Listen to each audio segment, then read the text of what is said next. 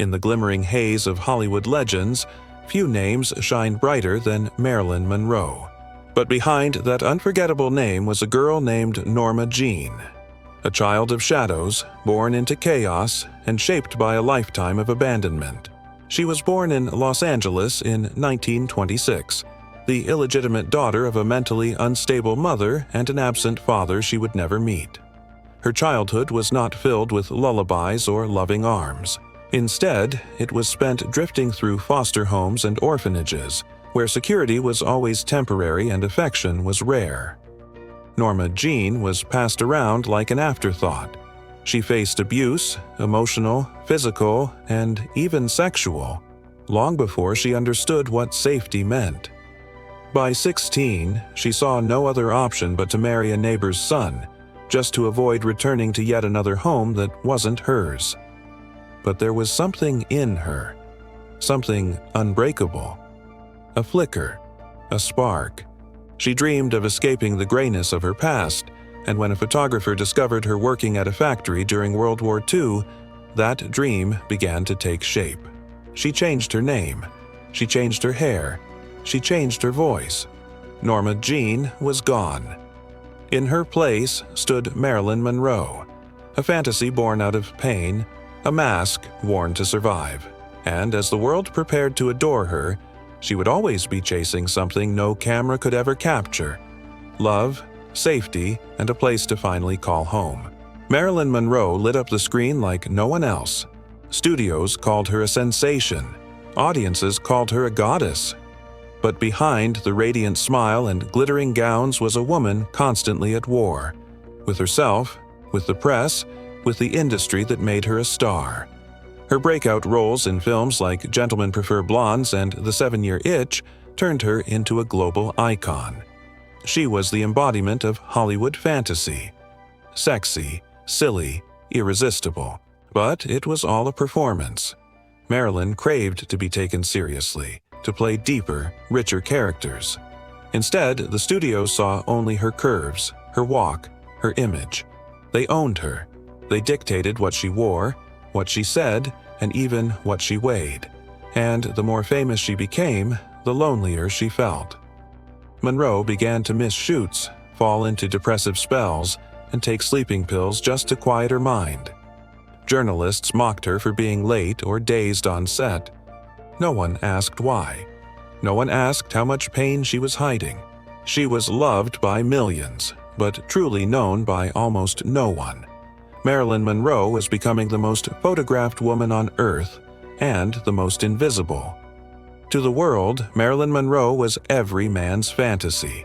But in her heart, she was just a woman searching, desperately, for someone who would love her, not the image of her. Her first marriage at 16 was never about love. It was about stability. But once Hollywood came calling, that fragile union crumbled. Marilyn rose, but the girl inside her stayed lonely. Then came Joe DiMaggio, the baseball legend, the American hero. At first, it seemed like a perfect match: beauty and strength, fame and fame. But DiMaggio wanted a housewife.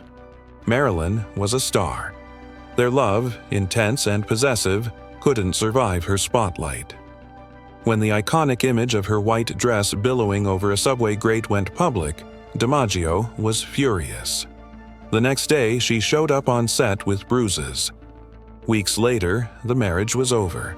Arthur Miller offered something different: intellect, depth, the promise of emotional understanding. She married the playwright, believing he could see the soul beneath the stardom. But even that hope fell apart. He grew distant. He once wrote in his diary that he was embarrassed by her. She found those words, and it shattered her. Then there were the whispers, the Kennedy brothers, affairs cloaked in secrecy and power. She was entranced, maybe even in love.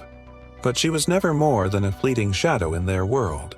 Every time she reached for love, it slipped through her fingers like sand. And each heartbreak added to the ache behind her smile, the one no one could fix. By the early 1960s, the cracks in Marilyn's perfect image were no longer hidden.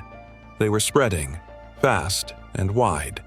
She was still adored by the public, but privately, Marilyn was unraveling. The anxiety, the insomnia, the fear of abandonment, they followed her everywhere, like shadows she couldn't escape. She couldn't sleep without pills, couldn't function without them either. And with each prescription, her grip on reality thinned. On film sets, she was often late, sometimes hours, or didn't show up at all. Directors were frustrated. Co-stars whispered. But what they didn't see was the panic attacks before the cameras rolled, the crippling self-doubt behind every take. During the filming of The Misfits, written for her by then-husband Arthur Miller, she was emotionally fragile, isolated, and physically unwell. The marriage was falling apart before their eyes. Crew members described her as heartbreakingly lost, unable to separate herself from the sorrow of the character or the sorrow of her own life. By the time production began on Something's Got to Give, Marilyn was drowning. She was fired from the film after constant absences, a public humiliation that only deepened her depression. Her life, once dazzling with promise, now felt like a slow collapse. The star who once lit up every room was dimming, and no one knew how to save her. The summer of 1962 was quiet, too quiet. Marilyn Monroe, once the life of every premiere and party, was now mostly alone in her Brentwood home. She had been fired from Something's Got to Give just weeks earlier, a move that stunned Hollywood and seemed to confirm what many feared. Marilyn Monroe was no longer the woman they could rely on, only the woman they whispered about. But behind the scenes, she was trying to claw her way back. She posed for that now famous nude photo shoot with photographer Bert Stern. Playful, haunting, defiant. She even had meetings scheduled with studio heads about rejoining the film. There were calls to old friends, some pleading, some cryptic. She told a close contact, "Say goodbye to Pat, say goodbye to the president, and say goodbye to yourself, because you're a nice guy." Then came August 4th, 1962. That night, Marilyn's housekeeper found her lying face down in bed, phone in hand. She was 36 years old. Empty pill bottles littered her nightstand. The death was ruled a probable suicide, though conspiracy theories exploded instantly. Overdose, accident, cover-up. No one could agree on how it happened. But the outcome was certain. The brightest star in Hollywood had been extinguished, and the world would never be the same. The news broke like a thunderclap. Marilyn Monroe is dead. Fans wept in the streets. Hollywood stood still.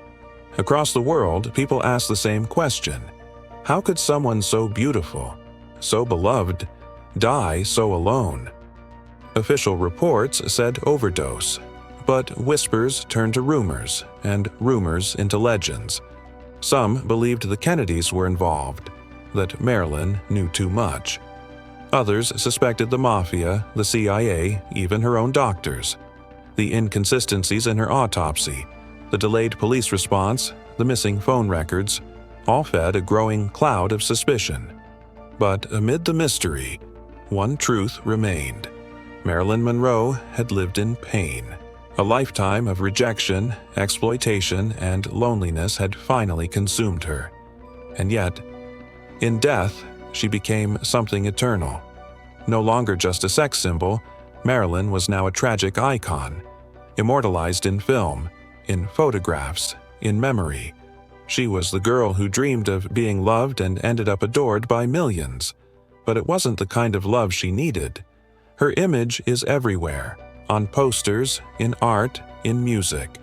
But few look past the red lips and blonde curls to see the truth. That behind all the beauty was a woman who simply wanted to be understood. In the end, Marilyn Monroe didn't just leave behind a legacy. She left behind a question we still struggle to answer. How could the loneliest girl in the world become its most famous face?